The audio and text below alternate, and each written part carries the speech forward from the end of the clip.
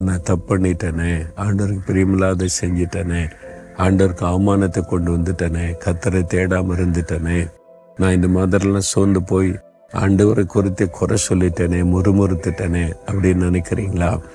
எப்போ அதை தப்புன்னு உணர்ந்தீங்களோ அப்போவே அவருடைய அன்பு உங்களை நெருங்கி வர ஆரம்பித்து விட்டாரு.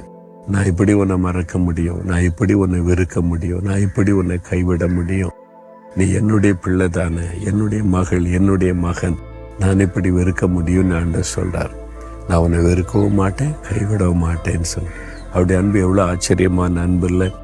அப்போ அந்த ஆண்டவருக்கு நீங்கள் சொல்லுங்க, ஆண்டவரே உங்களுடைய அன்பு மாறாத அன்பு, நான் தான் அந்த அன்பை புரிஞ்சு கொள்ளாமல் தப்பு பண்ணிட்டேன், உங்களை வேதனைப்படுத்திட்டேன், முறுமுறுத்துட்டேன், உங்கள் வீட்டு விலகிட்டேன், என்னை மன்னிச்சிருங்க.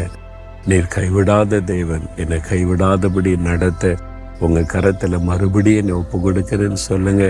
அவர் சந்தோஷமாய் உங்களை அணைத்து கொள்ளுவார்.